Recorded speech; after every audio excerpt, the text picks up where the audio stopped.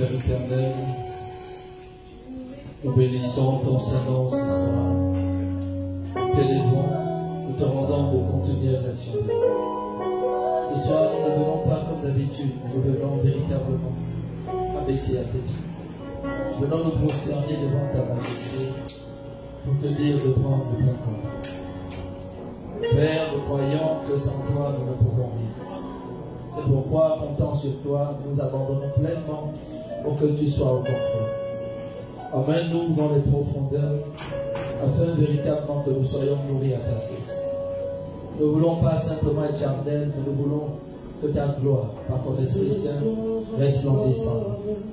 Nous te disons merci, Seigneur, qu'à travers, Seigneur, la parole que tu as pour nous ce soir, tu puisses permettre que nous soyons en train de grandir, en maturité, en sagesse et en connaissance. Nous te disons, prends le plein contrôle de tout cet homme. Sature l'atmosphère de ta présence.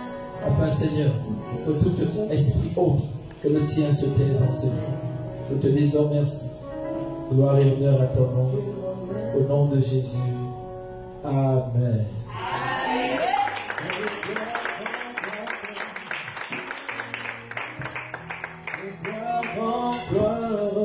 Tu m'emmènes, tu m'emmènes dans les profondeurs de ta sainteté. Tu m'emmènes, tu m'emmènes.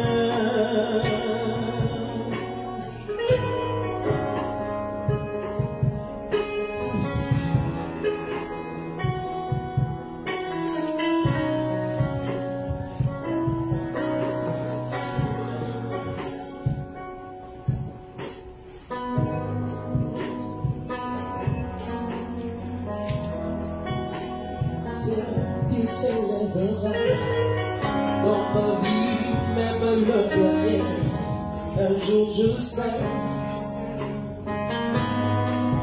mon Rédempteur est vivant. Un jour je sais qu'il se lèvera. Dans ma vie, même le dernier, un jour je sais, un jour je sais, un jour je sais, un jour je sais. Un jour je sais qu'il se lèvera dans ma vie, même le dernier. Un jour je sais, un jour je sais. Mon Rédempteur est vivant. Un jour je sais qu'il se lèvera dans ma vie, même le dernier. Un jour je sais.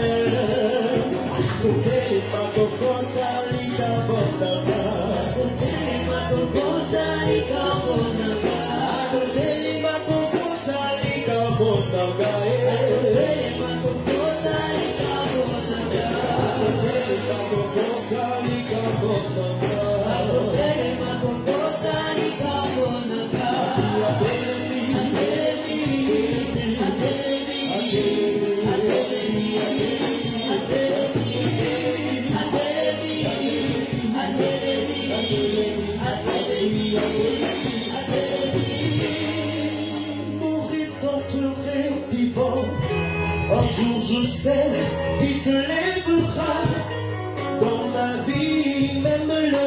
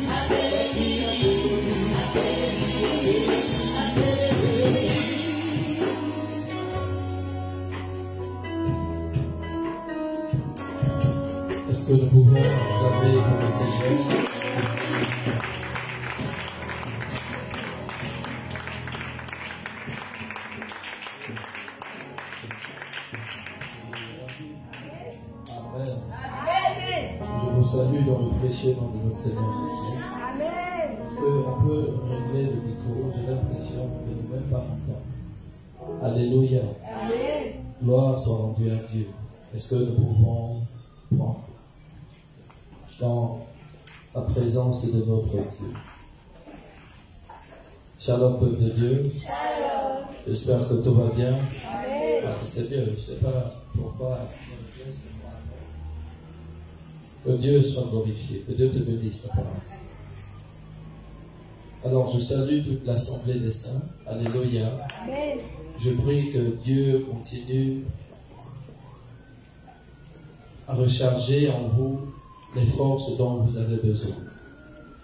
Nous sommes à un temps où nous avons besoin de Dieu dans nos vies, pas seulement pour être à l'église, mais nous avons besoin que Dieu vienne impacter nos vies, que Dieu vienne impacter nos familles, que Dieu vienne changer des choses autour de nous.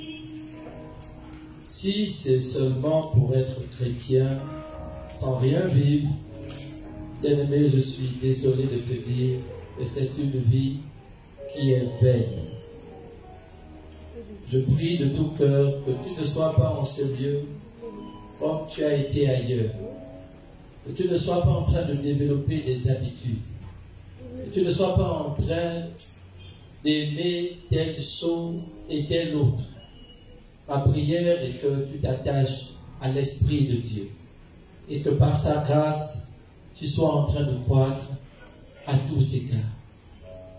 Je prie Dieu que l'Église du Gabon ne continue pas à simplement aimer Dieu à travers les programmes. Et que nous puissions apprendre à aimer Dieu d'abord pour soi-même.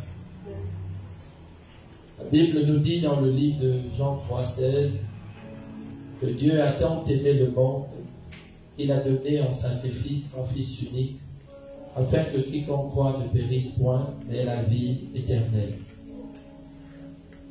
Il y a des moments où il faut te souvenir de certains versets pour que tu saches quelle est ton identité.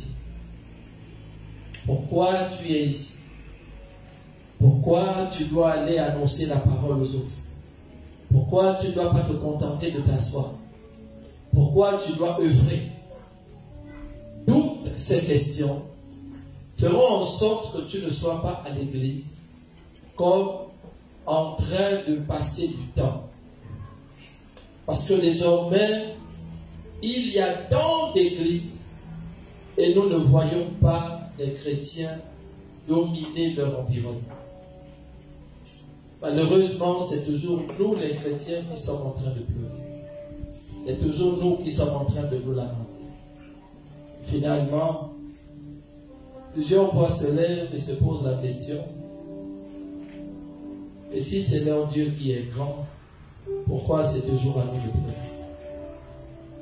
Soit c'est que Dieu n'est pas encore à nous totalement, soit c'est que nous ne mettons pas en pratique sa parole. Je me souviens que dans un livre de la Bible, il est écrit: médite ce livre jour et nuit. A-t-on encore le temps de méditer la parole? Avons-nous le temps? Lorsque nous voyons nos agendas, lorsque nous voyons nos emplois du temps, avons-nous le temps d'être attachés à Dieu? Je me souviens que dans un passé lointain, je regardais souvent comment certaines personnes faisaient lorsqu'ils étaient initiés.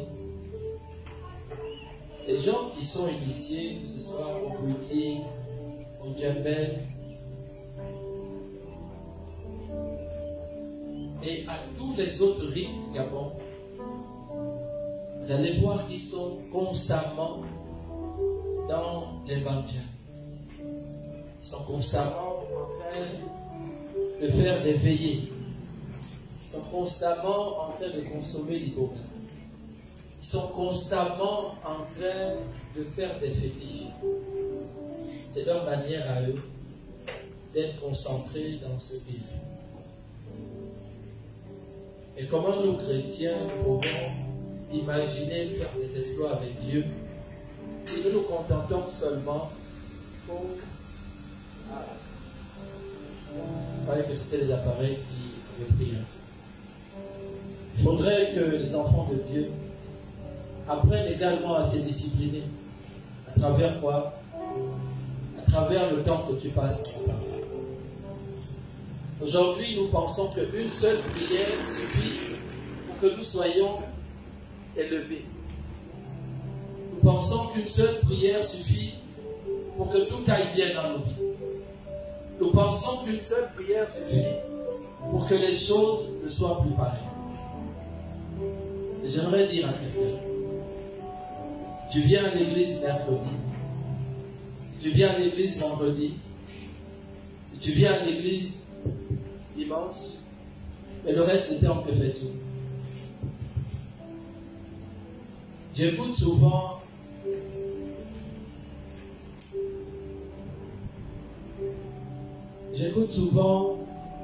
le secrétaire général faire des annonces. Lundi, nous sommes en méditation chez nous. Mardi, nous sommes en méditation. Jeudi, nous sommes en méditation. Qui est en méditation dans sa maison? Qui fait ce que SG dit? Vous voyez, ça veut dire que vous ne respectez pas même les consignes qu'on vous dit. Mais je ne sais pas si ici il y a un bandia dans ce quartier.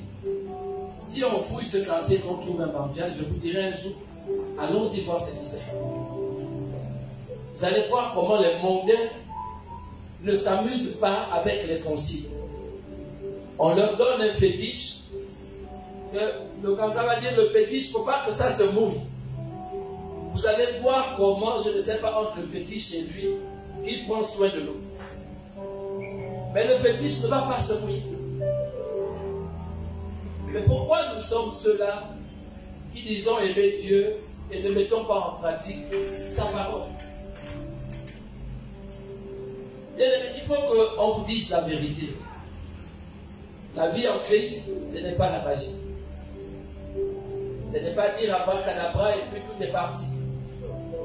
Ce n'est pas une histoire des films que vous aimez suivre. Parce que entre la parole de Dieu et la vie que vous menez dans les maisons, c'est deux choses différentes.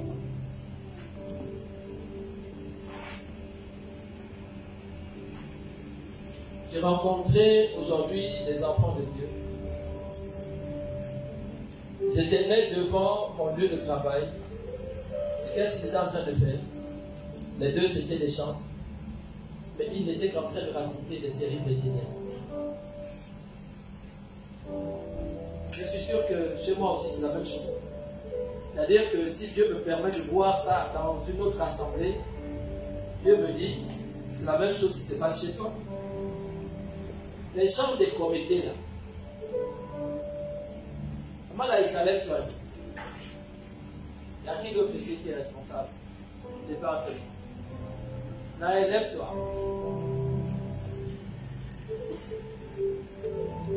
C'est tout. Les deux responsables que nous avons. Papa Philippe, toi tu es déjà debout. Il faut rester debout. Il y a qui d'autre? Ah, il n'y a plus. On n'a plus de responsable ici. D'accord. Comment Naël? C'est dans quel département? Évangélisation. Vous passez combien de temps à méditer la parole avec celle qui est avec toi? Dieu te bénisse. Comment Naïka? Tu viens de quel département? Alors? D'accord. Et vous avez quel jour de méditation de la parole dans votre groupe? Il n'y en a pas. Est-ce que vous voyez la vérité? La vérité, c'est que nous nous sentons bien à l'église. Mais nous n'avons pas le temps de partager la parole de Dieu. Asseyez-vous. Nous n'avons pas le temps de nous fortifier dans le Seigneur. Comment allons-nous faire des exploits? Comment imaginez-vous pouvoir être excellent dans votre domaine? Pensez-vous que nous sommes les seuls à vos séjours? Maman Laïka s'est rendu compte que nous ne sommes pas la seule église à vos séjours. Elle gère des chants d'autres églises. Mais si tu n'as pas le temps d'être sérieux dans ta relation avec Dieu, que fais-tu avec Dieu? Vous savez, j'ai fini par comprendre que nous ne savons pas aimer Dieu. Et nous ne comprenons pas Dieu. Nous nous accrochons aux prophéties, mais la vérité, c'est que Dieu veut avoir une relation avec toi. Il y a un enfant de cette assemblée qui est arrivé il n'y a pas longtemps. Mais je ne sais pas si c'est à cause de son témoignage, mais sa soif pour le Seigneur est tellement grande qu'elle n'a pas eu besoin d'être dans cette église 1 an pour dire qu'elle voudrait être à l'église avec l'homme de Dieu. Elle voulait méditer la parole. Elle voulait prier. Pendant que moi, dans mon esprit, j'avais d'autres créatures avec mon épouse. Je disais que lorsqu'elle va venir ici, il faudra que le congélateur soit plein. Il faudra que la maison soit comme ça. Il faudrait que... Vous voyez comment la chair est bête et têtue? C'est que la chair t'amène à vouloir penser à ce que Dieu ne pense même pas. Pendant que moi, je pensais à impressionner cet enfant qui devait venir passer une semaine chez moi, Dieu m'a tellement dépouillé qu'il voulait qu'elle vienne juste pour être concentrée. Il n'y a rien chez l'homme de Dieu, mais elle se sent bien. Elle est d'une discipline et d'une rigueur. Je ne saurais témoigner ici moi-même.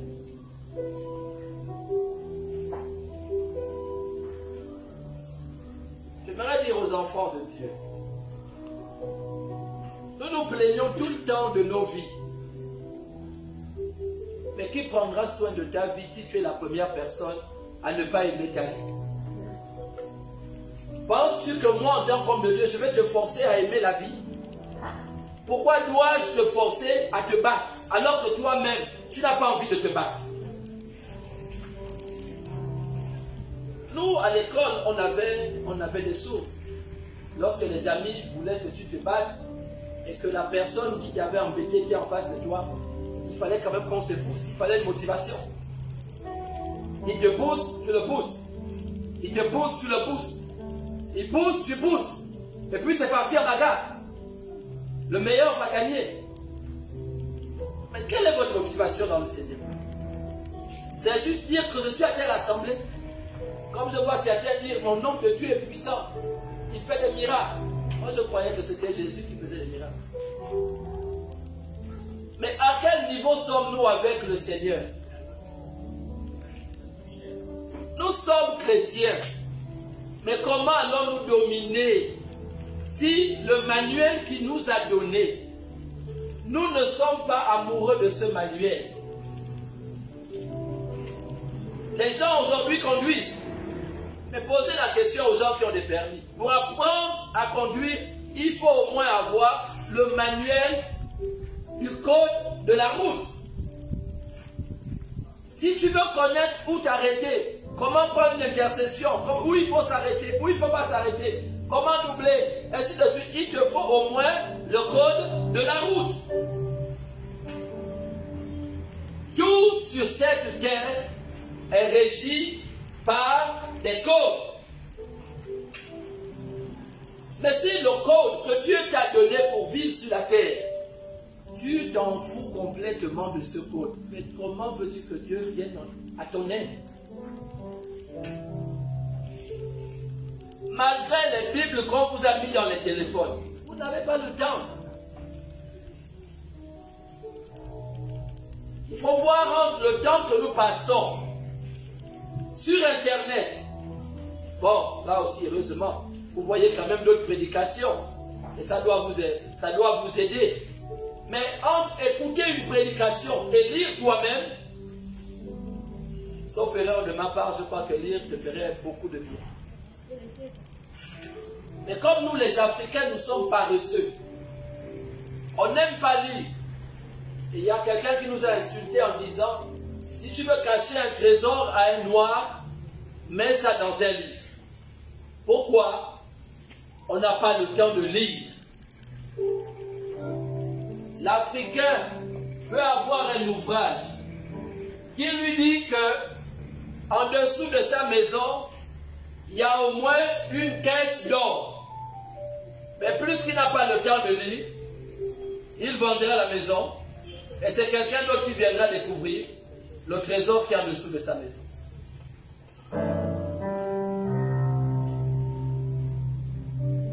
Un homme riche avait dans sa maison une femme qui travaillait pour lui.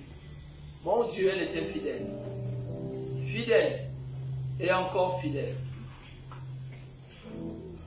Et un jour, ce patron était en train de mourir. Ses enfants étaient également riches. Alors, pendant qu'il était sur son lit d'hôpital, il s'est souvenu de cette femme qui prenait soin de lui. Elle avait travaillé avec le monsieur durant 22 ans. Elle était ménagère dans sa maison. Mais malgré le fait qu'elle soit ménagère dans sa maison, cette femme allait également apporter à son patron, à son lieu de travail, le café, le petit déjeuner. Elle prenait soin de son patron comme si c'était son mari. Et pendant ces vieux jours, pendant qu'il mourait, elle venait toujours s'occuper de lui à l'hôpital. Et alors il a dit dans son cœur, je vais laisser à cette femme un cadeau. Ce monsieur était blanc, et vous imaginez que la femme de ménage était noire. Alors il a pris son chèque. Il a libellé le chèque, et il a mis un montant. Et il a donné à la dame. Il a dit ça, je suis sûr que ça te fera beaucoup de bien. Et quelques temps plus tard, Le monsieur est mort. quand le monsieur est mort, la femme avait 45 ans. Elle avait un fils qui était à l'étranger. 5 ans plus tard, son fils est rentré. Elle avait 50 ans. Alors son fils, ils ont passé du temps dans l'euphorie et tout. Et au moment où l'enfant s'apprêtait à voyager pour commencer une nouvelle vie, donc à signer son nouveau contrat de travail, où il devait travailler loin de sa mère, il était assis au salon en train de penser qu'il devait encore laisser sa mère. Et il a remarqué un petit tableau qui était sur une commode du salon. Il dit, mais tu n'as pas laissé ce tableau-là? Maman elle était seule. Il n'y avait jamais ce petit tableau. Et puis il a pris le petit tableau comme une photo encadrée. Et puis il regarde le petit tableau. Il se rend compte que sa mère a gardé depuis 5 ans un chèque de 50 millions. Il a crié. Pendant qu'elle était en train de se battre, aller prendre des crédits pour aider son enfant à aller s'installer où il était en train de partir. Dans la nuit, l'enfant a crié. La mère est sortie de sa chambre. Il dit, mais maman, que t'arrive-t-il? Qu'est-ce que c'est? Et elle dit, mais tu fais du bruit comme ça pour ça. Ça, c'est le souvenir que mon patron m'a laissé avant de mourir. Il m'a dit que chaque fois que je devais regarder ça, je devais penser que je travaillais chez lui. Et tout ce qu'on a passé ensemble. Regarde la maison qu'il nous a laissée avant de mourir. Donc ça, c'est rattaché à cette maison où on habite aujourd'hui. L'enfant est tombé sur le banc. Il a dit, maman, si tu n'étais pas ma mère, j'allais t'insulter. Ça, ce n'est pas un souvenir de ton patron. Ce que ton patron t'a laissé, maman, c'est l'avenir de notre famille. Tu sais ce que ce papier-là te dit? Non. Ce papier te dit, tu as 50 millions dans une banque de la place. Elle a perdu connaissance.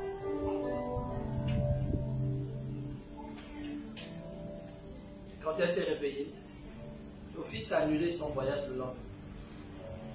Il a accompagné la mère, il a dit, on va aller à la banque. On va dire, il dit, ça peut pas être un canular parce que c'est ce genre de chèque, c'est pour des grands patrons et je reconnais ça.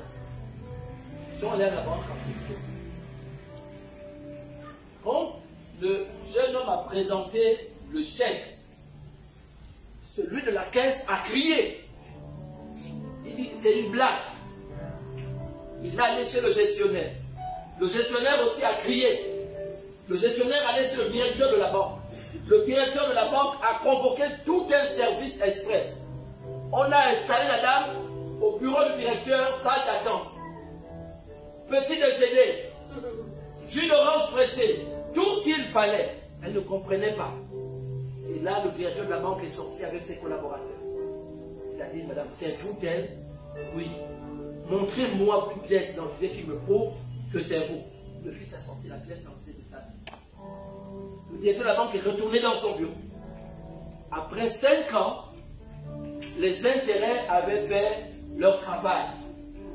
Et au lieu de recevoir 50 millions, cette femme, après 5 ans, s'est retrouvée à toucher 70 millions. Alors, la banque a dit, madame, on ne peut pas sortir tout l'argent. Vous restez un client privilégié de votre banque, mais vous aurez des retraits à la hauteur que vous voudriez. Bien aimé, ça c'est à cause de quoi? C'est à cause d'avoir le discernement. Voilà une femme, à la vieillesse, elle a joui de quelque chose dont elle n'avait aucune idée parce qu'il lui manquait la connaissance. La Bible nous dit clairement que mon peuple périt faute de connaissance. Jusqu'à quand allez-vous dire que vous êtes chrétien alors que vous ne comprenez pas de quoi parle la Bible? Vous ne cherchez pas Dieu dans ses Écritures. Vous ne priez pas. Vous êtes en train de pleurer. Vous êtes en train de vous lamenter. Vous êtes en train de toujours critiquer. Mais c'est quand le moment où tu t'enfermes et que tu médites la parole. C'est quand ce jour? Le message de ce soir, moi l'intitulé c'est dans ton inspiration. Et à moi, je m'a dit clairement, prends soin de ta vie. Le message de ce soir interpelle quelqu'un en disant, prends soin de ta vie. Mon bien-aimé dans le Seigneur, ne sois pas heureux d'un homme de Dieu qui n'attire jamais ton attention. Ne sois pas heureux d'un homme de Dieu qui passe son temps à te faire des prophéties. Parce que la difficulté avec la prophétie, c'est que si tu n'as pas la clé de la prophétie, on va tout te prophétiser, mais tu ne rentreras jamais dans la prophétie.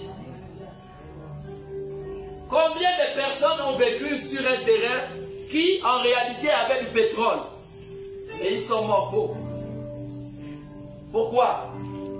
Parce que tu es sur un lieu béni, mais tu es le seul ignoré que le lieu sur lequel tu te trouves est un lieu béni.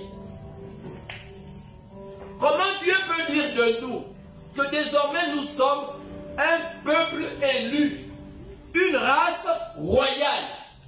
Mais cette race royale est toujours en train de vivre dans la maladie, dans la mendicité, dans la douleur, dans la pauvreté.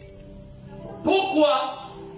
Parce que nous n'avons pas le temps de nous concentrer sur les réelles vertus que Dieu a déjà prédisposées en chacun de nous.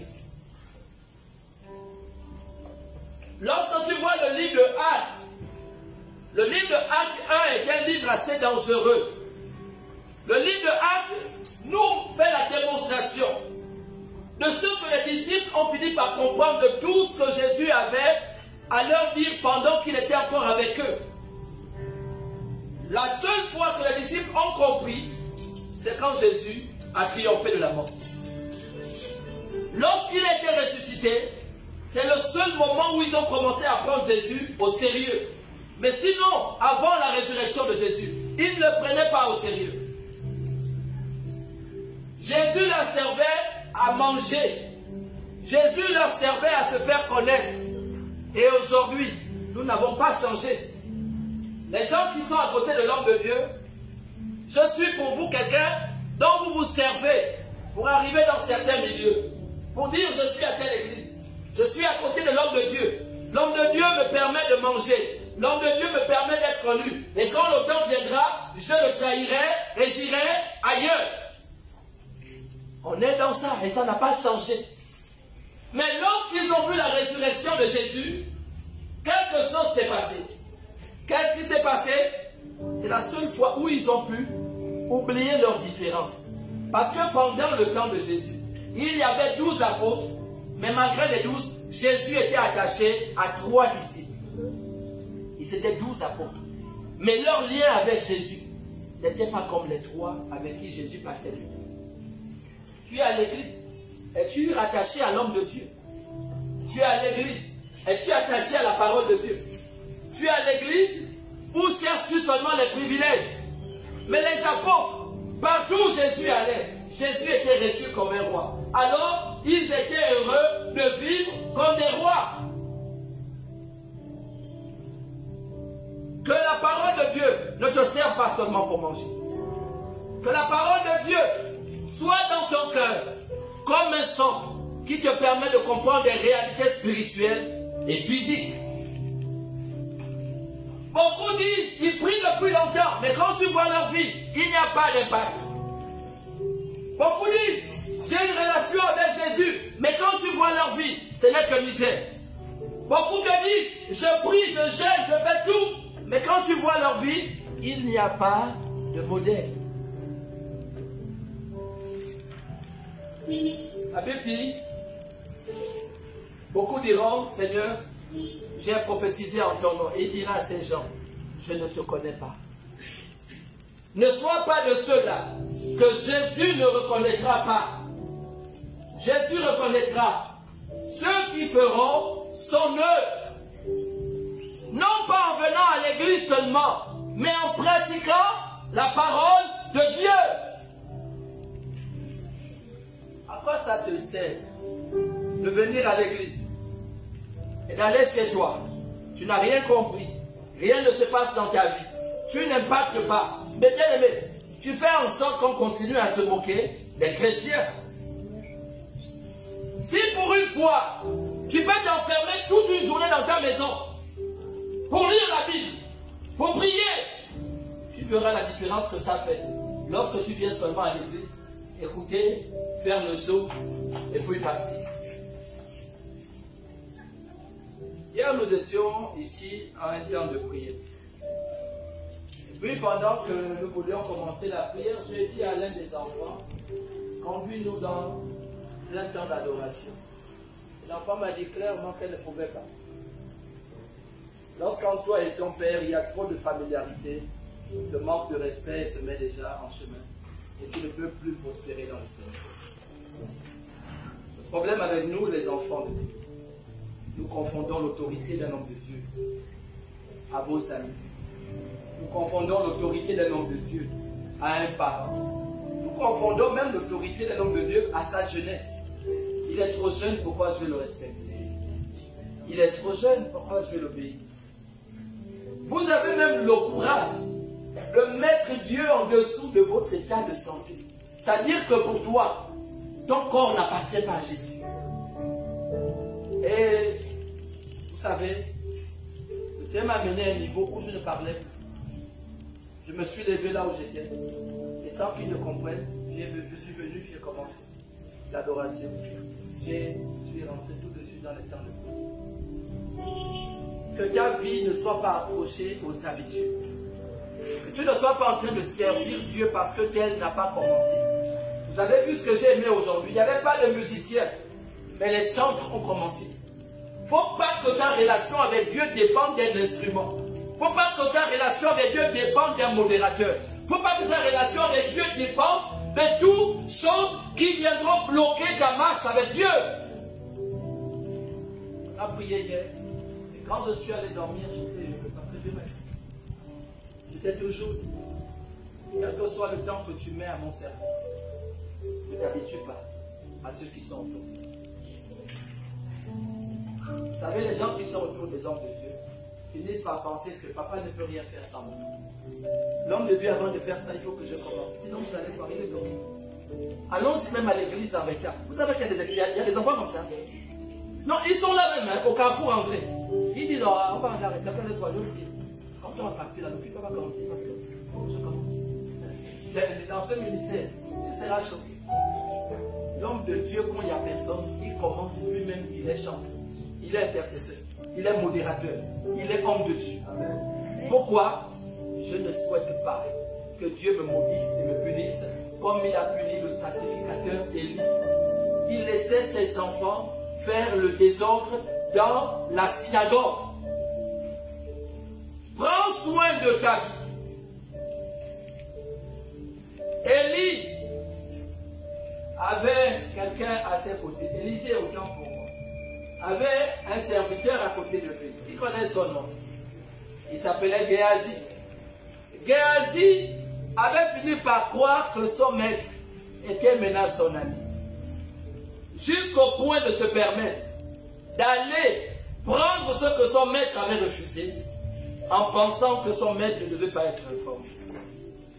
Je suis en train de dire à quelqu'un, ne pense pas que prendre soin de ta vie, c'est seulement chercher à manger. Prendre soin de ta vie, c'est seulement chercher à te vêtir.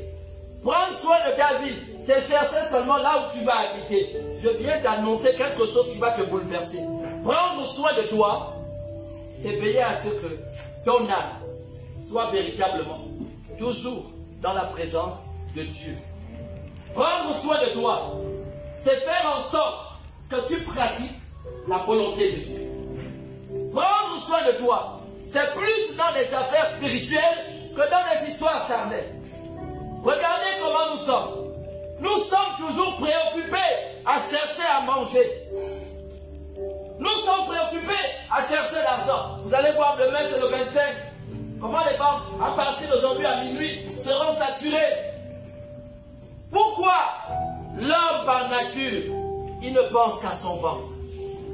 L'homme estime qu'en dehors de son ventre, il n'y a rien. Mais ce pourquoi Dieu nous a créés, ce n'est pas seulement pour le manger et le boire. Dieu nous a créés pour une chose, c'est pour que nous puissions croître. Mais croître par quoi? Croître en sagesse. Croître en maturité spirituelle. C'est la raison pour laquelle tu es venu sur la terre. Bien-aimé, quand servir Dieu devient pour toi un fardeau, regarde, il faut fléchir tes genoux. Dis à Dieu, Seigneur, je ne te demande pas. Lorsque servir Dieu pour toi maintenant, tu deviens la star de l'église, va demander pardon à Dieu. L'homme de Dieu, malgré le temps qu'il sert Dieu, il est toujours le plus petit de l'église.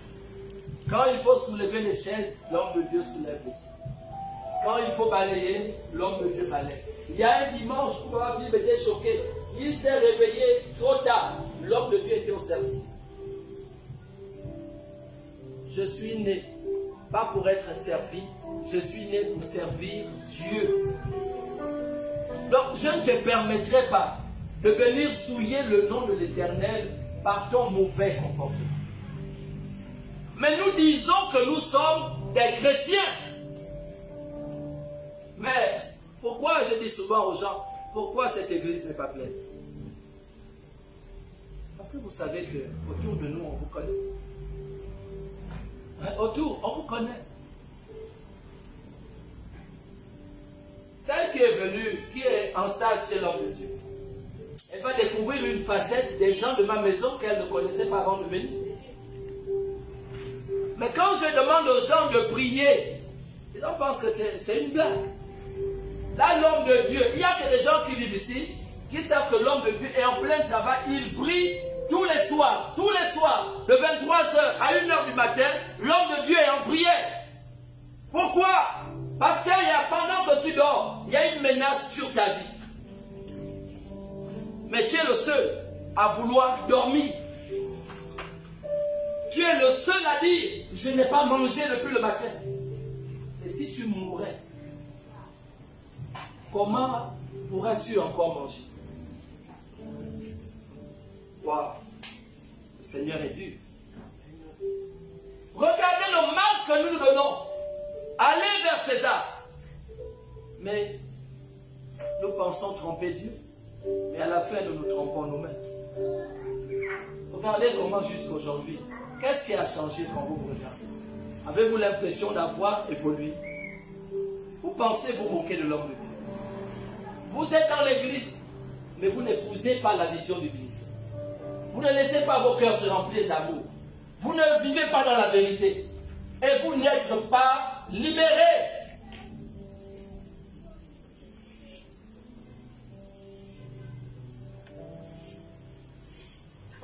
Jésus a dit à ses apôtres, l'un de vous me trahira.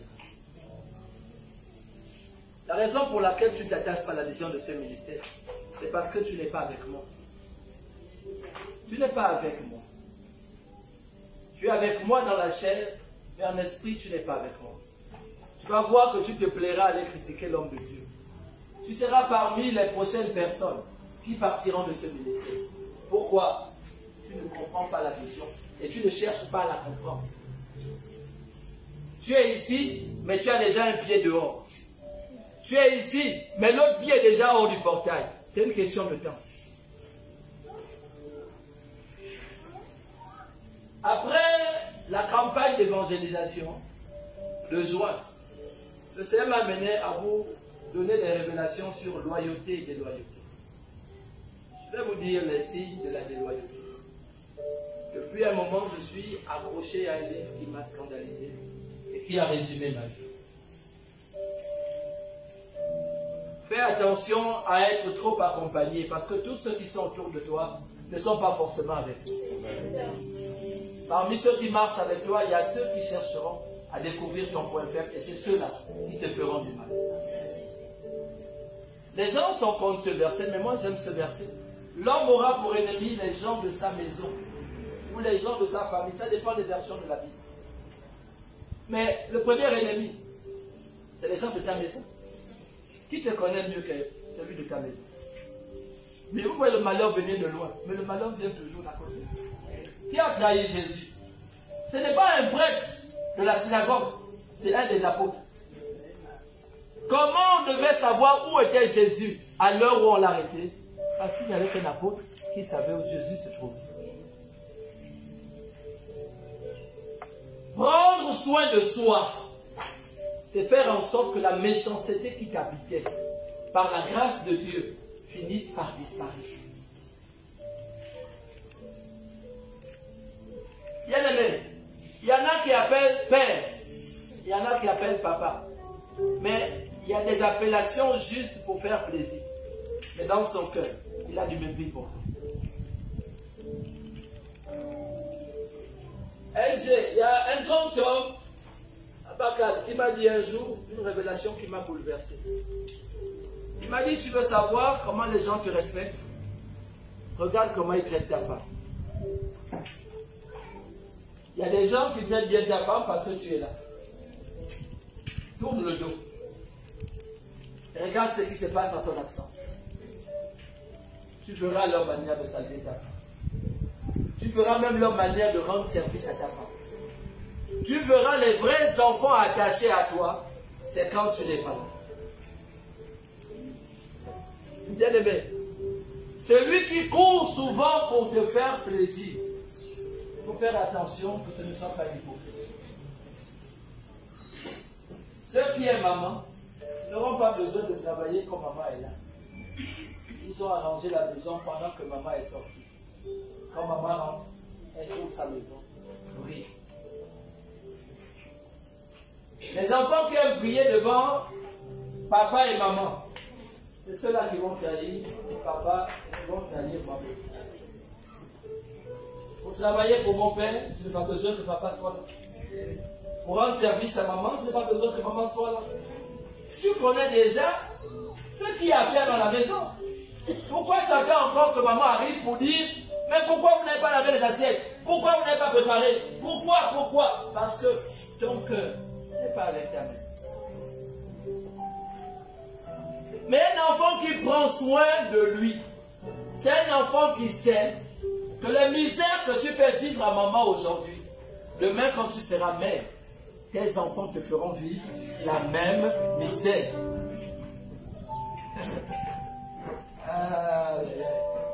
Quand tu n'es pas encore grand, tu crois que tu resteras enfant toute la vie.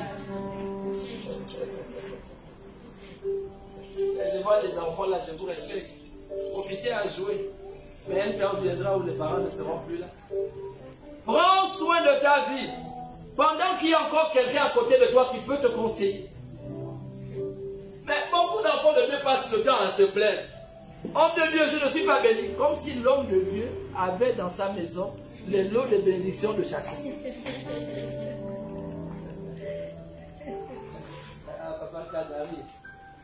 Bien-aimé, la bénédiction dépend de Dieu et de la manière que tu aimes Dieu.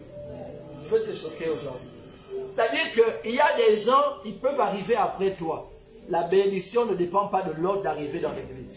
Mais je me souviens que j'ai lu un jour que le royaume des cieux est tout le temps forcé et ce sont les violents qui s'en emparent. Ce que tu n'arrives pas à voir en moi, il y a quelqu'un d'autre qui verra ce que toi tu ne vois pas. Bien aimé, parce que tu t'es habitué à moi, tu ne vois plus la gloire de Dieu en moi. Mais quelqu'un qui ne me connaît pas, celui-là, il courra parce que quoi? Il saura ce que Dieu a dit en moi.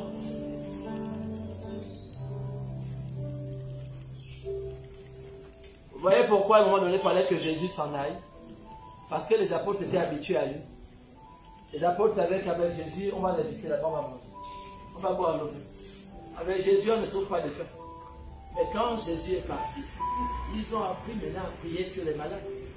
Quand Jésus est revenu dans son royaume, ils ont appris maintenant à s'unir. La seule fois où les disciples étaient ensemble, c'est quand Jésus a fait son ascension. Quand il est reparti dans son royaume, ils ont appris à être ensemble dans la chambre haute. Et pourquoi avant ils ne faisaient pas ça? À la veille de la mort de Jésus, ils étaient incapables de prier 3 heures. Mais le livre de Actes 2 ne te dit pas combien de temps ils ont prié.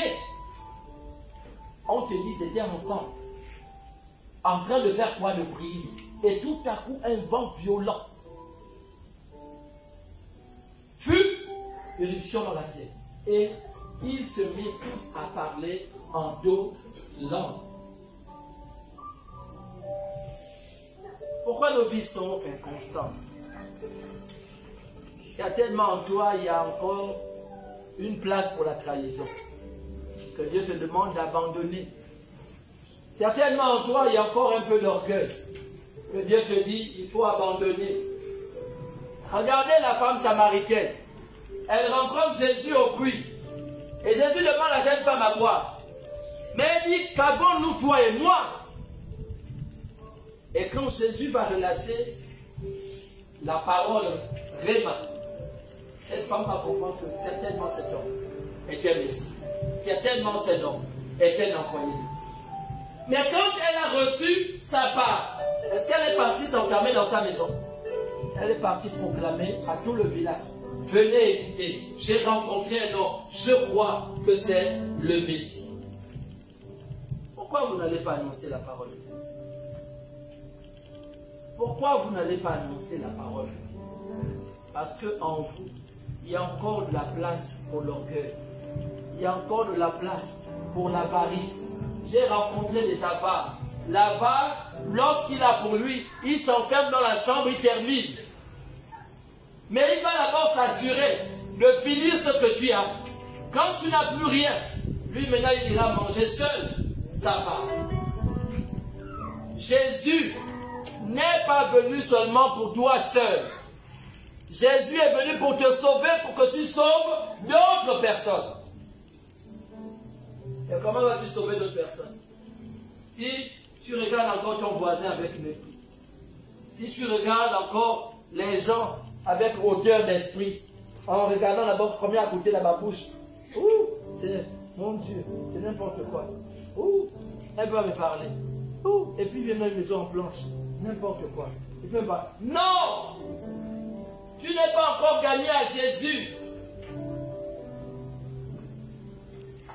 Tu n'es pas gagné à Jésus. Pourquoi? Remplis ton cœur d'amour. Quelle est la différence qu'il y aura entre ton passé et ton présent?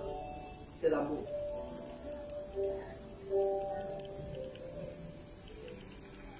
Moi, je pose souvent la question à ces enfants de cette église. Pour vous, l'amour, c'est quoi? Parce que parfois aussi, on a des problèmes avec les mots. Entre vous, est-ce que vous vous aimez? Moi, je vois ici, quand les gens de la maison voient une nouvelle personne arriver, ils ont l'impression que la nouvelle personne est venue arracher leur place. Mais l'autre va se sentir seul. L'autre est abandonné entre les mains de papa et maman parce que nous, on n'a pas le temps de rester avec eux. Bon, on n'aura pas le soir parce qu'on dort ensemble. Là, on va se voir, on va se supporter. Mais dès qu'on est réveillé, on n'a pas le temps de rester ensemble. Chacun est dans son coin. L'autre est devant son programme de télé. L'autre est sur le téléphone. L'autre est enfermé dans la chambre. Voilà où vous retrouvez que les gens n'ont pas encore changé. C'est-à-dire que chacun est accroché à ses habitudes. Et l'homme de Dieu est là, il observe tout ça. Quand je vous dis de venir ici, à tout moment, c'est à cause de ça. Tu veux découvrir les gens de la maison de l'homme de Dieu, il faut venir à tout moment. Tu vas venir, l'homme de Dieu est là dehors, il y a d'autres au salon, il y a d'autres dans les champs, il y a d'autres dans les téléphones. Chacun a une vie qui ne ressemble pas à la vie que Dieu nous demande de mener. Personne ici n'a le temps de demander à l'homme de Dieu un verset pour la journée.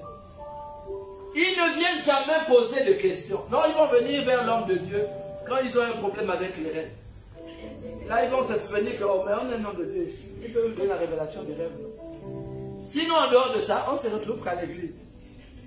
On est dans la même maison, mais comme il y a beaucoup de pièces, chacun peut rester dans son coin. Symbole d'avarice. Et devant les gens, on ment. Voilà le gros mensonge. Que je refuse de prendre part à ça. Je ne mourrai pas à cause de vos mauvaises actions. Vous ne voulez pas vous intégrer et intégrer les autres. Même dans la maison de l'homme de Dieu, vous ne voulez pas vous abaisser devant le Seigneur. On ne médite pas la parole. On ne prie pas. On ne prie que quand l'homme de Dieu appelle tout le monde, comme tout à l'heure, à 23 h. Là, on va se retrouver. Les apôtres ne s'éloignaient pas de Jésus. Allez relire la Bible. Ou bien on a d'autres versions. Donnez-moi votre version où on dit les apôtres étaient chacun dans leur coin et quand Jésus avait une manifestation, ils venaient vers Jésus. Beaucoup sont déloyaux parce qu'ils ne passent pas de temps avec leur maître. On ne peut pas imiter le maître parce qu'on regarde à d'autres maîtres. Tu ne peux pas imiter ce que je fais parce que tu ne me regardes pas, tu regardes ailleurs. Vous savez, là où mon père était assis, j'étais assis. Et j'ai pris cette discipline. Quand mon père quittait une cérémonie, maman Sylvie était encore là. Quand M. Nzati était debout, tous ses enfants, même si la fête était maintenant bien, même si les danses avaient commencé, tout avait commencé, quand monsieur était debout, tous ses enfants devaient se lever pour partir. Mais comment vas-tu te comporter quand tu viendras avec moi? Quand l'homme de Dieu va se lever, c'est là où on va sortir les bouteilles de champagne. On va sortir les gâteaux, faire les gens. Papa, avance d'abord. Papa, on se trouve à la maison, avance. On reconnaît un enfant par sa manière de rester à côté de son père. Un enfant prospère, c'est un enfant qui se nourrit bien. Et le livre de Proverbes a un verset choquant. On a lu ça ici, non? C'était Proverbes 1. Quelqu'un peut nous lire ça? On va les adopter à l'enfant. Il faut laisser l'enfant calme, il va faire l'étude. Mais on avait lu un verset, je vois ça dans Proverbe 1. Celui qui réussit et qui donne son fruit en toute saison, c'est quelqu'un qui est au bon endroit. Ah! C'est quoi ce Proverbe 1? Proverbe 1 est choquant. Mais nous sommes chrétiens. À quel niveau nous sommes chrétiens? C'est la partie charnelle ou c'est la partie spirituelle? Nous, le pasteur, moi je ne sais pas comment il faut l'appeler. On va l'appeler généralement pour ça. Lui, il dit qu'il est chrétien en esprit, mais sa chair est charnelle. Peut-être que c'est aussi notre cas, mais il dit des vérités troublantes. J'espère que tu ne ris pas. D'accord. C'est à ce niveau-là qu'on comprend que le Gabonais ne comprend pas la relation avec Dieu. montrer la preuve. Les chrétiens font des posts dans Instagram, dans YouTube, dans tout ce qu'ils veulent, où ils disent quoi? Tu bouges, je te bouge. Tu m'embêtes, je t'embête. Mais c'est ce que tu as compris de la parole de Dieu.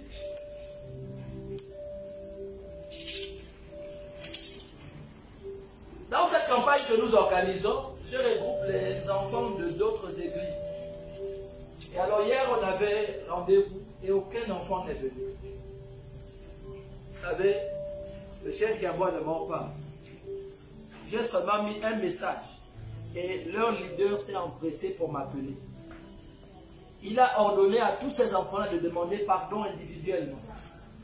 Ils ont envoyé des messages pour demander pardon. Pourquoi? On n'a pas besoin de faire beaucoup de bruit. Je leur ai simplement dit dans un message que votre attitude envers moi, qui suis également homme de Dieu, est la démonstration que vous ne respectez même pas l'homme que vous appelez pasteur. Allah, ça choquait leur pasteur. Et j'ai envoyé le message à leur pasteur. Pour ne pas que ça ressemble à cogner les têtes des hommes de Dieu. C'est-à-dire, j'ai pris le message que j'ai mis sur ma page, j'ai envoyé ça à l'homme de Dieu et j'ai fait une note vocale. Il m'a demandé pardon. Mais nous servons Dieu comment? Nous servons même en fonction du lieu où nous tenons. Moi j'aime Papa Calme, mais je fais tout souvent passer Papa Calme. Le reste, ça je m'en fous. Si Papa Calme me parle, j'écoute. Le reste, n'essaie pas de me donner des ordres. Moi c'est Papa Calme. Moi c'est un sujet. Moi c'est vraiment civil. J'ai déjà mon fils, mais quelqu'un essaie de me parler, va voir. Voilà les chrétiens. Prends soin de ta vie, c'est faire en sorte que tu ne sois pas en train de vivre une chrétienté en fonction des lieux où tu te trouves. Mais vous poursuivez la prospérité financière. Mais est-ce qu'on peut lire le livre de 3 Jean 1, verset 2? Je crois que c'est ça, je crois que je ne l'ai pas oublié. Alléluia. Tu peux nous faire la lecture de 3 Jean 1, verset 2. Seulement verset 2.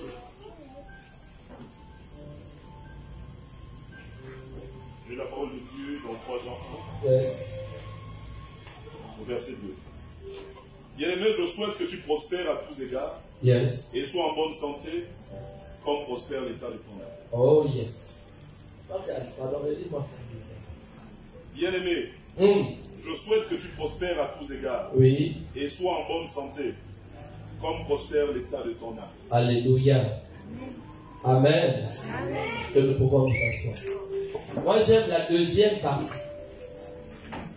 Je souhaite que tu sois en bonne santé, comme prospère l'état de ton âme. Est-ce que notre âme prospère?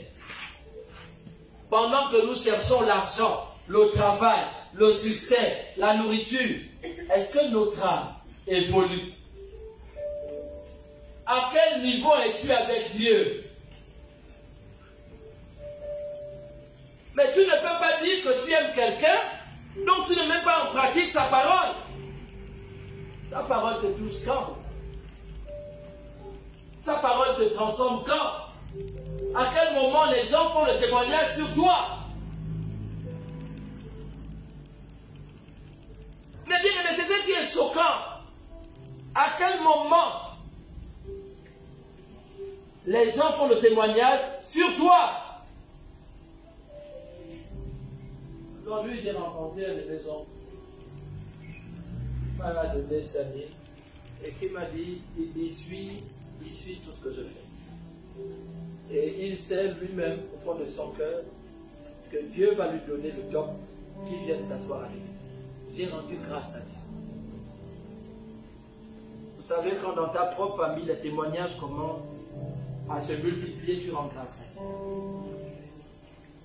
Vous savez, aimer Dieu et servir Dieu, ce n'est pas seulement devant les hommes, mais ce que moi je fais ici devant vous. Il faut que je sois amené à faire cela dans le secret. Est-ce que si vous venez là où je suis, on peut vous parler bien de l'homme de Dieu? Voilà le plus important. C'est bien de venir ici faire un show, montrer qu'on est bien, mais est-ce qu'en réalité tu es bien?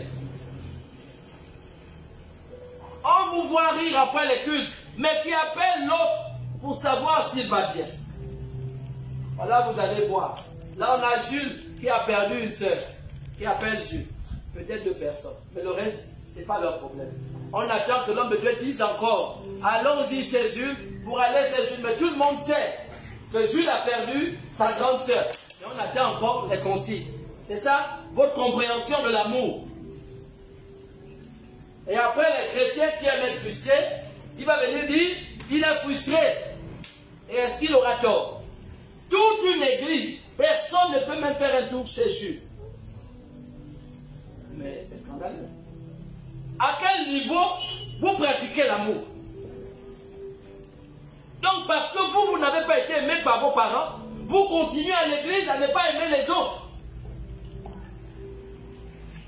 Je vous mets au défi. Toutes ces personnes que vous voyez, vous avez être sûr d'une chose. Ils sont là parce qu'un jour, ils ont entendu le témoignage de l'homme de Dieu. Ils ne sont pas ici à cause de vous. Ils sont ici à cause du témoignage de l'homme de Dieu et de ce ministère. C'est que quelqu'un qui a amené une autre personne a dit, j'ai rencontré un homme qui encore, j'ai l'impression qu'il est dans la vérité. Et puis l'autre, comme la Samaritaine, dit, je vais aussi un peu aller voir. Mais montrez-moi vos fruits et on parlera. Je vous mets au défi. Allons-y évangéliser. Chacun dans son coin. Et on verra qui reviendra avec la moisson. Mais à une condition. Allons-y prêcher, allons-y annoncer l'évangile. Même dans vos quartiers. Vous allez voir que même dans vos quartiers, j'emmènerai plus d'âmes que vous. Pourquoi? Parce que dans vos quartiers, on vous connaît. On sait que c'est vous qui vous battez avec les voisins. On sait que c'est vous qui critiquez tout le monde au quartier. On sait que c'est vous qui insultez les gens. Vous sortez avec les femmes des gens, avec les maris des gens. On connaît au quartier. Et comment les gens vont te suivre à l'église quand tu viendras leur dire Dieu t'aime. Il dira, c'est Dieu qui te me critiquer, non? Un jour, j'ai dit à ma fille ici qui a l'évangélisation, mais tu vas chercher les âmes loin. Mais là où tu habites, il n'y a pas d'âme. Jusqu'aujourd'hui, on continue à aller loin. Pourquoi? Parce que forcément, là où vous habitez, c'est d'abord là qu'il faut convaincre. Regardez, je vous dis, vous ne pouvez, à votre évangélisation, vous partez ailleurs. Les gens vous poseront une question. Mais pourquoi tu viens si loin? Tu pries où? À quel endroit? Mais pourquoi tu viens nous chercher si loin? Il n'y a pas de gens à côté de l'église. À quoi ça va servir que nous soyons ici au beau séjour et nous ayons que des gens qui viennent des PK, de charbonnage, de Dovendo, d'Akanda? Ça veut dire que nous sommes une mauvaise église. Non, dites-moi, pourquoi vous n'arrivez pas? Regarde, moi ici, avec mes voisins, j'ai accès là-bas. Pourquoi le témoignage? Je suis sûr que dans 2 matins, il y a 2 maisons là-bas qui seront ici. Pourquoi? Parce que l'homme de Dieu fait ce qu'on appelle évangélisation par révélation. Moi, ce n'est pas mes bébés partir. Non, c'est évangélisation par révélation.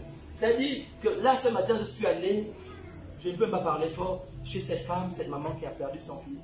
Et Dieu m'a dit de donner 2 mots. J'ai donné 2 mots, elle m'a dit, merci. Je suis parti. Je n'ai pas dit viens avec lui. J'ai dit 2 mots. Et ce sera comme ça pendant 2 semaines. J'aurai 2 mots à dire. 2 mots à dire. Mais vous parlez chez les gens seulement beau. Oh, Jésus t'aime. Viens à l'église. Il dit, mais on est un problème. Alors Jésus, même souvent pour venir à l'église. Quand j'ai faim là, Jésus, nous n'avons pas besoin de à manger. Mais c'est pourquoi vous n'avez pas la force de regarder vos voisins. Tu ne peux pas aller prêcher ton voisin. Regarde, le voisin, regarde, il boit ça, regarde.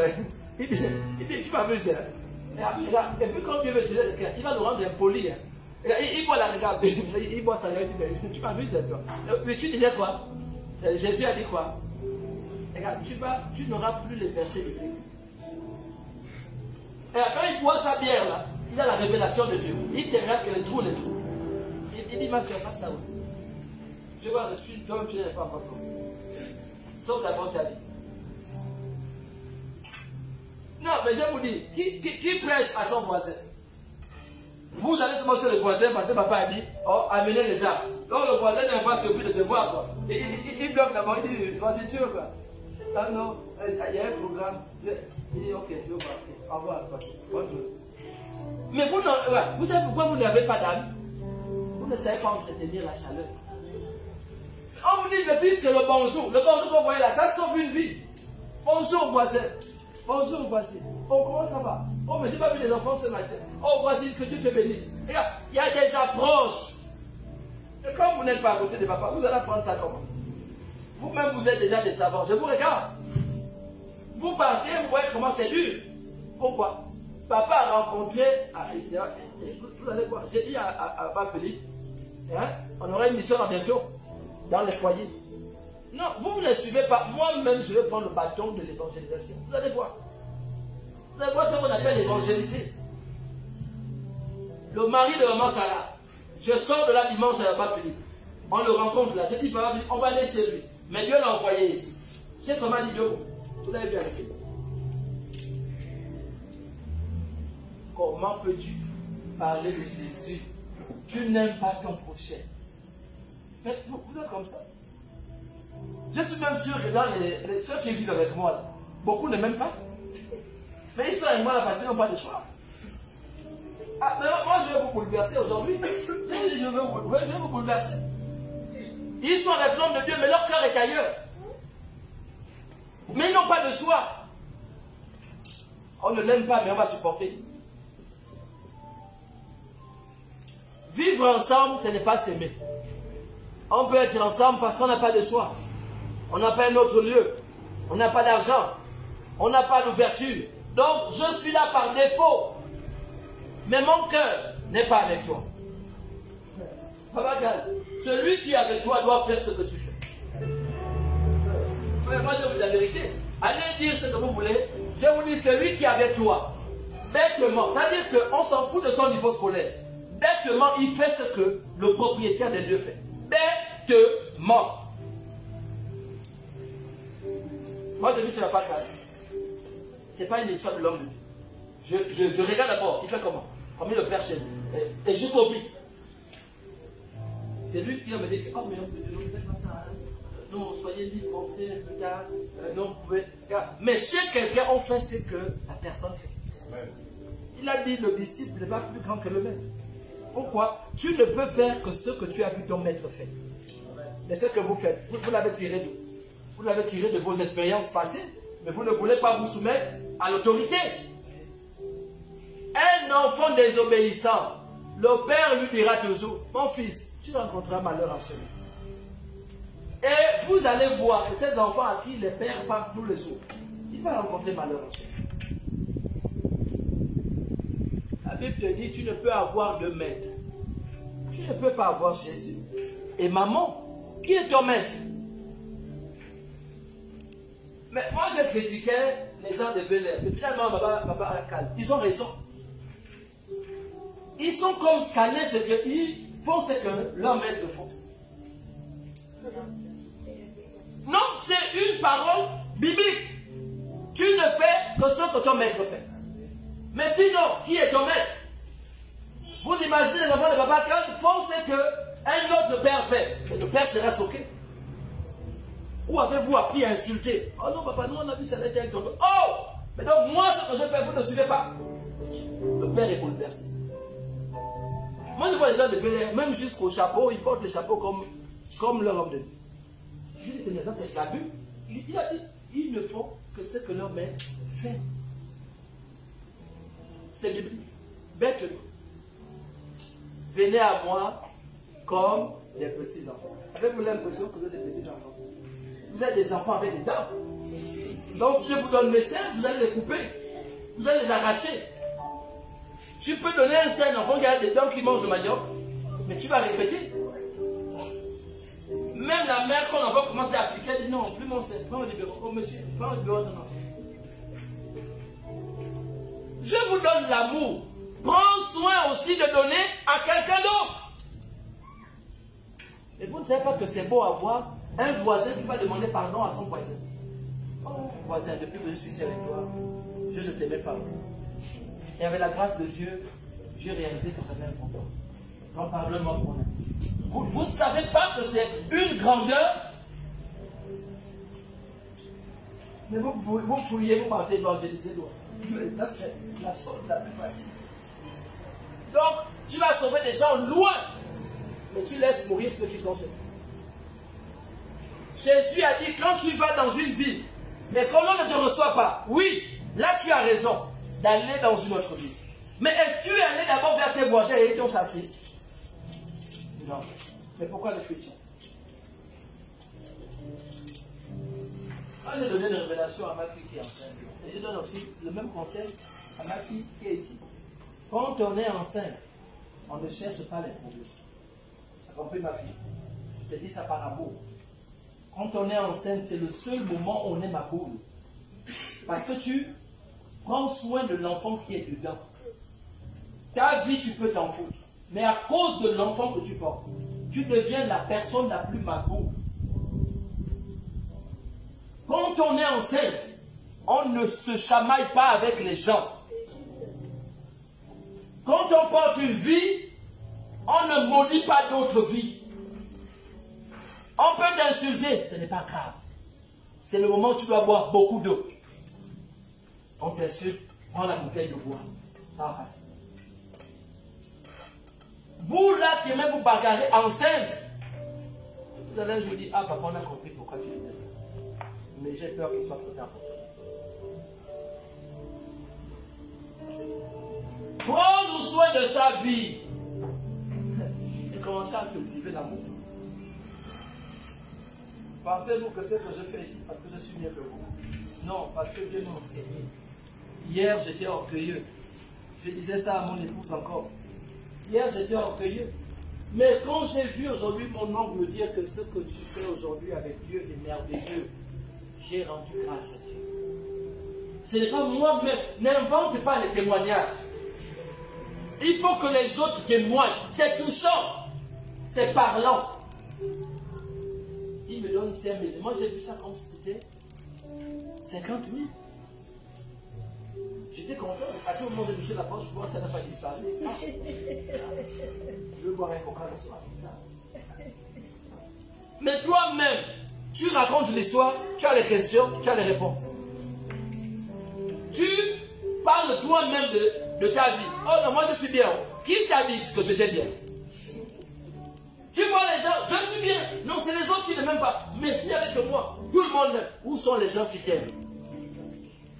Jésus a dit à la femme impudique, où sont ceux qui t'accusent? Que celui qui n'a jamais péché lance la première pierre. Tes voisins sont mauvais, tu crois que tu es mieux? Montre-nous d'abord tes œuvres. Et alors on te dira qui tu es. Mais montre-moi tes œuvres.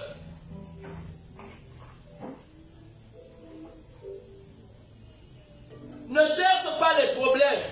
Quand tu es dans un service difficile, les gens avec qui tu vas te chamailler vont te surprendre. Peut-être que tu es fort, mais eux, ils ont une force invisible. Et ils vont te faire tomber. Je vois des gens qui sont orgueilleux. Regarde, il y a des gens qui vont te faire tomber. Ils vont dire que lui là, il est fort. Lui là, il est policier. Mais on va l'emmerder un peu. Ils vont t'emmerder. Et tu vas te retrouver en train de devenir petit devant eux. Et dans le secret, ils sont en train de rire. Parce qu'ils disent, il va voir maintenant ce que c'est la vie. Dans la vie, même ton travail peut être une pierre d'achoppement. Qu'as-tu fait pour vivre ce que tu es en train de vivre? Je ne sais pas pourquoi je suis devant cet homme. Mais tu as posé un acte aujourd'hui qui est en train de te poursuivre. Tu as posé un acte qui est en train de t'amener à un niveau dangereux. Et il faut faire attention. Même ton travail peut être une pierre d'achoppement. Ton langage peut être une pierre d'achoppement. Même quand tu as raison, fais attention au langage que tu utilises. Il y a des gens méchants qui ne prennent que pour t'accuser ce que tu as sorti de ta bouche. Et il va porter ça devant son autel. Il va citer ton nom. Même s'il ne connaît pas ton nom de famille, il va citer ton prénom. Et tu vas voir ce qui va t'arriver. Prends soin de toi, c'est faire en sorte que tu ne sois pas en train de payer pour des actes que tu pouvais avoir la vie.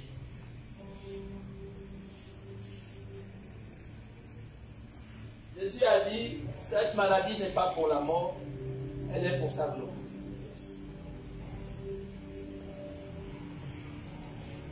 Je suis en train de dire à quelqu'un, ce qui nous arrive, c'est qu'on peut avoir des témoins, mais il n'y a que toi-même qui connais la vérité. Quand une chose se passe, l'homme redoute toujours que le mal l'arrive. Mais c'est ce que tu redoutes qui finit par t'arriver.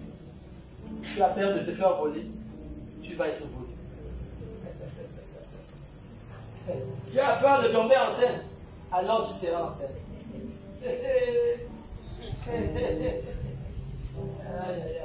Tu as peur du chômage, tu vas mettre du temps dans le chômage.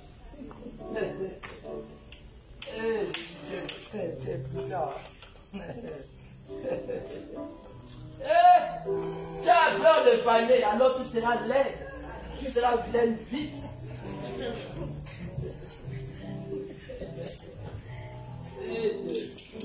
Ce soir, je veux dire à quelqu'un ceci. Ne sois pas plus sage que la sagesse de Dieu. Je veux dire par là que ton raisonnement, ton calme, vous savez qu'il y a des calmes apparents, il y a des calmes qui cachent une tempête. Et que ton calme apparent ne soit pas le défaut des tempêtes qui sont cachées en toi. Impressionnant. Fais attention d'être trop calme. Les gens trop calmes cachent des tempêtes. Et quand ces tempêtes se révèlent, c'est souvent assez grave.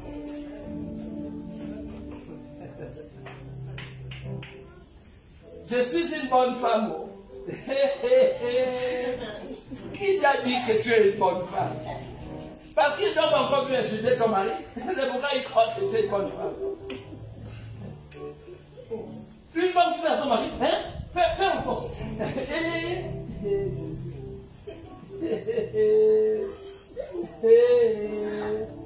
Oh! Non, moi j'aime quand les femmes portent les failles. Et elles veulent se battre. Parce qu'on fait, on fait. Hein? Tu crois que quoi? Et c'est une sœur d'église. Là, il n'y a plus la Bible. Non, c'est pas parce que je prie. Là, elle s'apprête à partir à l'église. Non, c'est pas parce que je prie. Hein? Tu disais quoi? L'homme est comme ça. Non, la fille que j'ai amenée dans la maison, c'était une viole. Je ne te souhaite pas ça. Ah, quoi? Je sors de ta maison et puis quoi? Tu as vu comment je suis là? Tu as vu ma peau? Il y aura un homme qui va venir. Oh, tu connais mon père, non? Tu connais ma famille? Tu as oublié, hein? Les femmes calmes, ce sont des tempêtes. Elle est naturelle, fais-moi ça.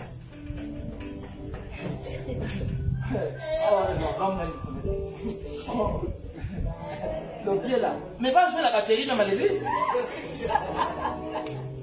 Papa, quand la souveraine était à chercher les gens pour jouer la batterie, on n'a pas tout. Mais pourtant, toi, la mission va se faire.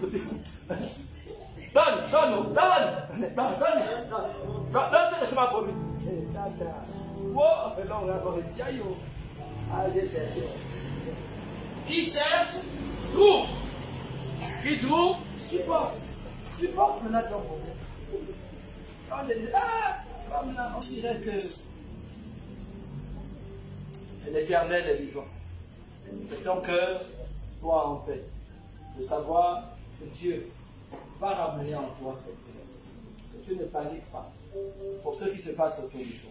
Pour ceux même qui t'affligent. Pour ceux qui font que tes nuits dorénavant soient tristes.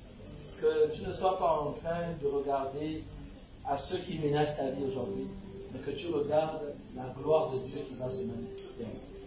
Je suis en train de prier dans mon cœur que quel que soit ce que les gens retiennent contre toi, que cela ne te fasse pas du mal, mais que Dieu te serve de ce que tu es en train de traverser pour glorifier son nom. Que Dieu te bénisse abondamment. Est-ce que nous pouvons nous lever et acclamer la parole ce soir?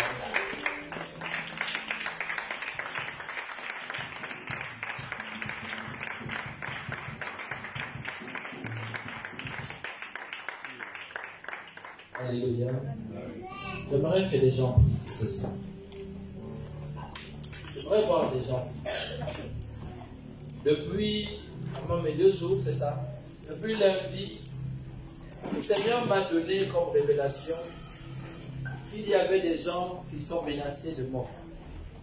La mort est en train de tourner en ce moment autour de nous. Alors nous allons prier, même pour 2 minutes, ou pour 5 minutes, peut-être même pour 10 minutes, mais je veux que tu pries.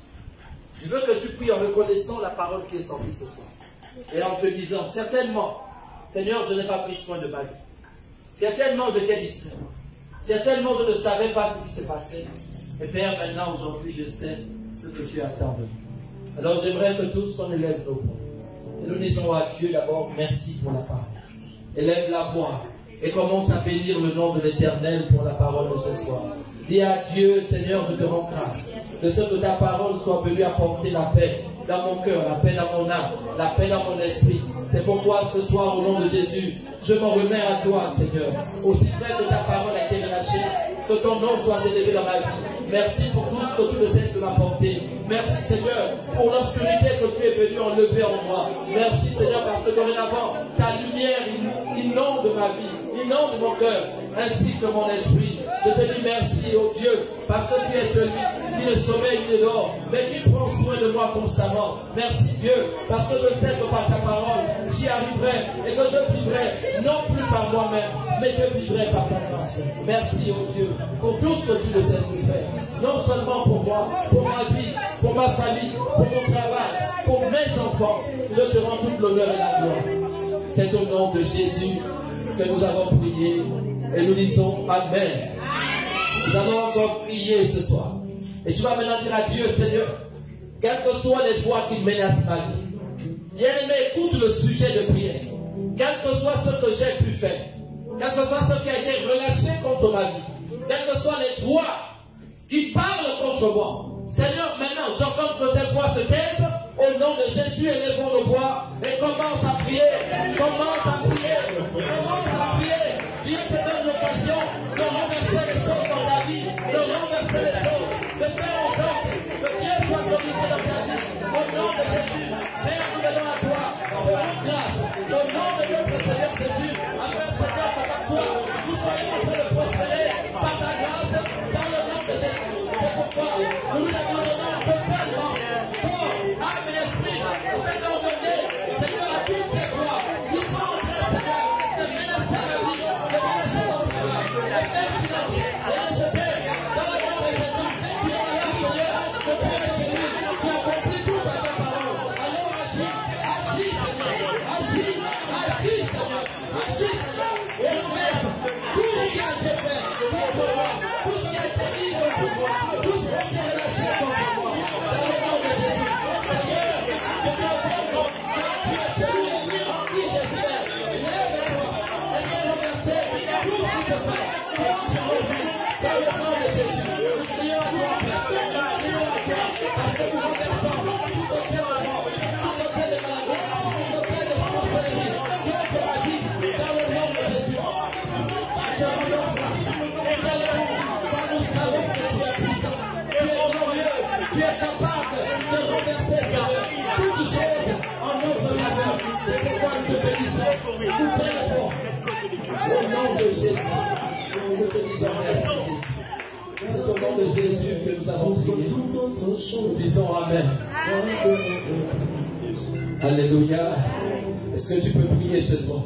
La Bible déclare que Jésus, voyant la tempête, a ordonné à la tempête de se taire et de faire silence. Bien-aimé, Dieu te donne le pouvoir ce soir, le pouvoir ordonner à cette tempête qui te menace, à cette maladie, à cette douleur, à ce mal qui te ronge, de maintenant se taire et de faire silence. Alors elle est dans nos voix et menace, menace, menace, menace, menace, menace la tempête, menace la maladie, menace la tempête, dans le nom de Jésus, menace la tempête, menace la tempête, qui t'a donné le pouvoir de marcher sur les serpents, les scorpions, et les esprits avec le bien qui nous plaît, dans la vie, dans le nom de Jésus. Nous disons merci, car tu es celui qui tire les jours choisis. Lève-toi, Seigneur, dans ton nom, tu m'as donné la victoire. Je déclare ce soir, au nom de Jésus, que toute tempête qui se lève contre le ministère, contre le temps de ce ministère, il est renversé au nom de Jésus.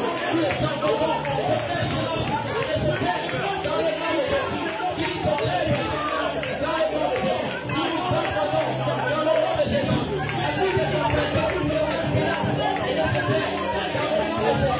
Nous mettons la maladie et les mots et la gueule de la santé. Dans le nom de Jésus. Dans le nom de Jésus. Puissance de Dieu, au nom de Jésus. Les tempêtes ici, de se taire dans le nom de Jésus. Dans le nom de Jésus. Dans le nom de Jésus.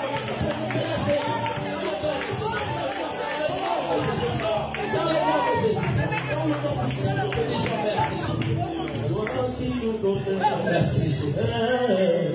Toi qui connais au lendemain, Yes. garde mon cœur plus que toute autre chose. Garde mon cœur plus que toute autre chose. Je veux rester là où tu te réveilles et que malgré la coulure, Jésus, je me relève. Garde mon cœur plus que toute autre chose. Garde mon cœur plus que toute autre chose. Je veux rester là où tu te réveilles et que malgré la coulure, Jésus, je me relève. Seigneur, parfois c'est bien, parfois c'est beau. Ça vient, ça va, ça fait mal. La vie est compliquée, parfois c'est oui, parfois c'est non. Peut-être pas comme le chant. J'ai perdu la couleur. Je détaché du monde et la clé du bonheur. Vanité de vanité, toute chose de vanité. Parce qu'on perd et disparaît, c'est le faire de vanité. On y arrive.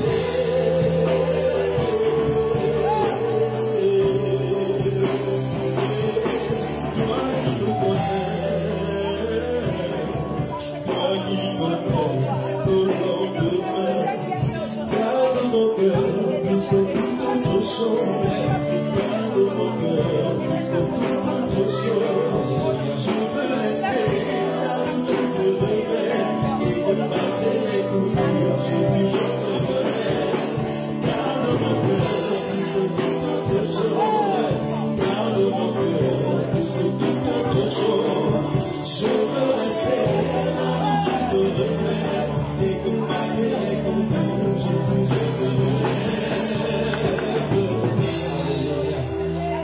Tu vas élever la voix. Bien-aimé, le temps est arrivé pour toi de te relever. Dis à Dieu dans ta prière maintenant. Seigneur, aussi frère, que le troisième jour tu te relèvas. Tu te relevas de là où les hommes t'avaient enterré. Tu me relèves de mes douleurs. Tu me relèves de toutes les menaces qui voulaient m'emporter. Et maintenant, par ta résurrection, je suis restauré. Élève la voix et commence à prier. Dis à Dieu par ta résurrection, je sais que je suis vivant. Car Seigneur, à la mort, je suis parti avec toi. Et par ta résurrection, je relève maintenant. Je redis, Seigneur, au nom de Jésus, tu m'as donné la gloire. Car je sais que tu n'es pas un homme pour mentir. Tu es fils de l'homme pour te repentir de la parole. Lève-toi, Seigneur, car nous savons qu'au troisième jour, tu ressusciteras. Et plusieurs saints ressusciteront avec toi. Je proclame la résurrection de ma vie, la résurrection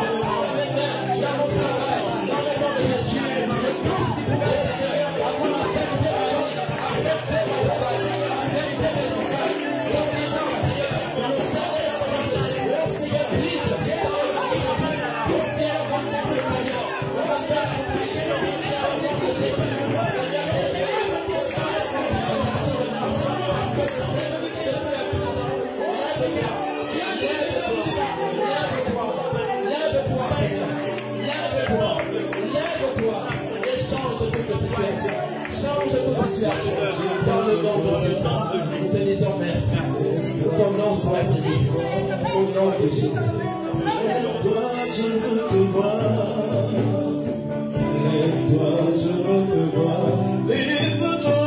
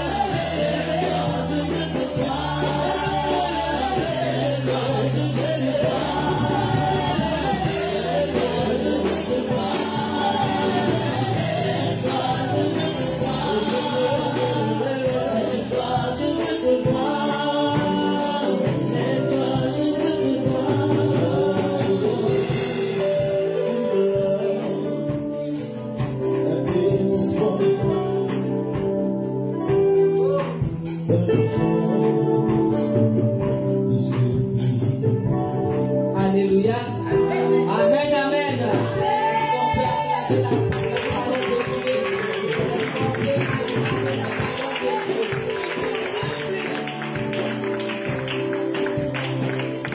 Amen, amen. Tu es content, prépare ton offrande. Nous allons sceller cette parole.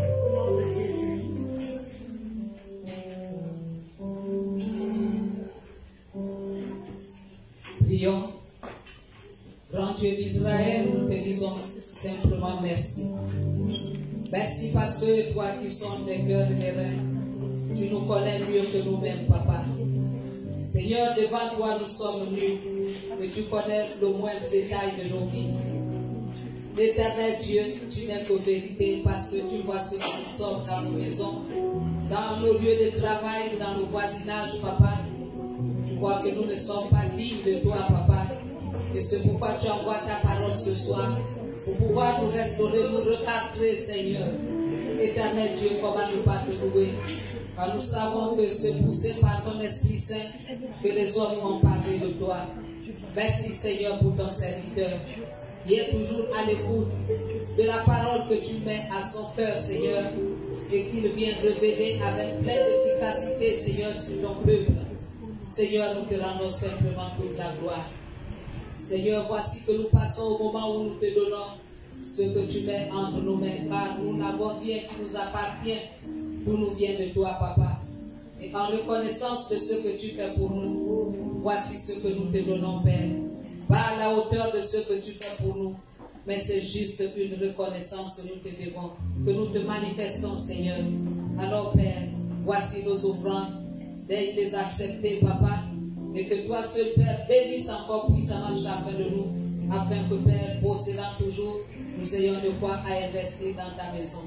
Que toute la gloire et l'honneur te reviennent. Nous t'avons prié au nom puissant de Jésus-Christ de Nazareth et nous disons Amen. Amen. Je chanterai de tout cœur les merveilles de mon sauveur Yahvé. Il m'a ôté les ténèbres, il m'a délivré de tout péché. Mon papa est fidèle, il ne m'abandonne jamais. Je n'ai plus qu'un argent, car Yahvé m'a libéré. Amen.